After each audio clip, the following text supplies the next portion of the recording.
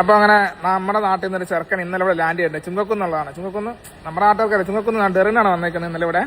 അപ്പം പറഞ്ഞു വരുന്ന കേസുണ്ടെങ്കിൽ ഇസ്രായേലിലേക്ക് ഇപ്പം വരാനും പോകാനും പറ്റും. അത് ഇസ്രായേൽ വഴിയല്ല, ജോർദാൻ വഴിയാണ് പോകുന്നത്. അപ്പൊ ഇസ്രായേലിലെ തെറി വിളിക്കുന്നവർക്ക് ഇപ്പൊ താഴെ തെറി വിളിക്കാം. ഈ തെറി വിളിക്കുന്നവർക്ക് കൂട്ടത്തിലെ ഒരു മാസം ഒരു 2 ലക്ഷം റുപ്യ നാട്ടിലേക്ക് അയക്കാൻ പറ്റുന്ന പറഞ്ഞാൽ ഉണ്ടാവും.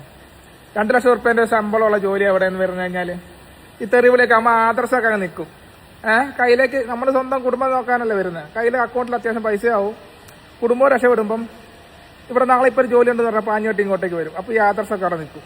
അപ്പോൾ പറഞ്ഞു വരുന്നത് വെച്ചിട്ടുണ്ടെങ്കിൽ ഇസ്രായേലിലേക്ക് ഒരുപാട് വേക്കൻസികൾ നാട്ടിൽ പറഞ്ഞു കേൾക്കാറുണ്ടല്ലേ.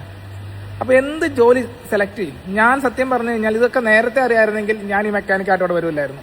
ഞാൻ വേറെ വല്ല പണിയെ നോക്കണ്ടായിരുന്നുള്ളൂ.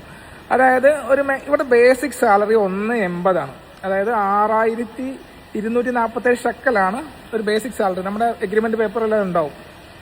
അതാണ് ബേസിക്. അല്ലാണ്ട് നമുക്ക് ഉണ്ടാക്കാട്ടോ, അത് വേറെ കാര്യം. അത് പബ്ലിക്ക് വിളിച്ച് പറയാൻ പറ്റത്തില്ല. അപ്പം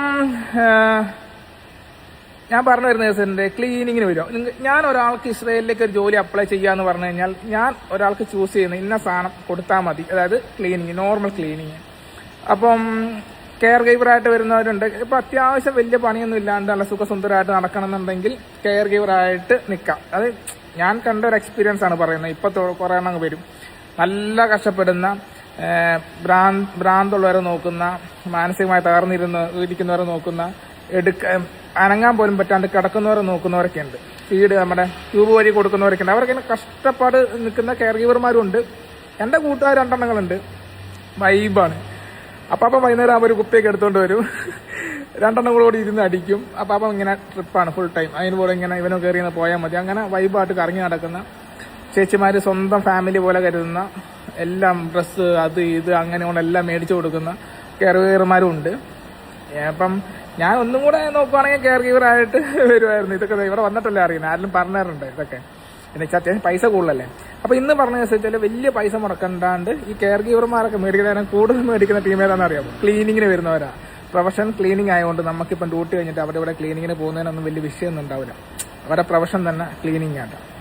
അപ്പൊ വലിയ ഈഗോ ഒന്നുമില്ലെങ്കിൽ നിങ്ങൾക്ക് സുഖസുന്ദരമായിട്ട് ക്ലീനിങ്ങിലേക്ക് വന്നാൽ മതി. എനിക്ക് തോന്നുന്നു വിസക്കൊക്കെ 10 ചോദിക്കുന്നുണ്ട്, 10-12 ചോദിക്കുന്നുണ്ടെങ്കിലും 4 മാസം കൊണ്ട് ഈ പൈസ തിരിച്ചു പിടിക്കാം. അതായത് എനിക്കറിയാവുന്ന ക്ലീനിങ് വന്നവരൊക്കെ എങ്ങനെ പോലെ 2 മുകളിലേക്ക് അയക്കുന്നുണ്ട്. എനിക്കറിയാം, പേഴ്സണായിട്ട് അറിയുന്നവരാട്ടോ. ചിലപ്പോൾ 3 അയക്കുന്ന, ചില മാസം 3 അയക്കാൻ പറ്റും. കാരണം വെച്ചാൽ ഈ ഹോസ്പിറ്റലിലൊക്കെ ദിവസം 4 മണിക്കൂർ ഓവർ ടൈം കിട്ടുന്നുണ്ട്. നമുക്ക് ഓവർ ടൈം ഒന്നുമില്ല. പണി കഴിയാൻ വീട്ടിൽ പോയിക്കോളൂ, ചുമ്മാ അവിടെ പോയിരുന്നോളൂ. ഇത് നമ്മൾ കണ്ടുപിടിക്കണം പണി എന്തേലൊക്കെ. പക്ഷെ അവർക്ക് അങ്ങനെയല്ല, ദിവസം 4 മണിക്കൂറൊക്കെ ഓവർ ടൈം എടുക്കുന്നുണ്ട്.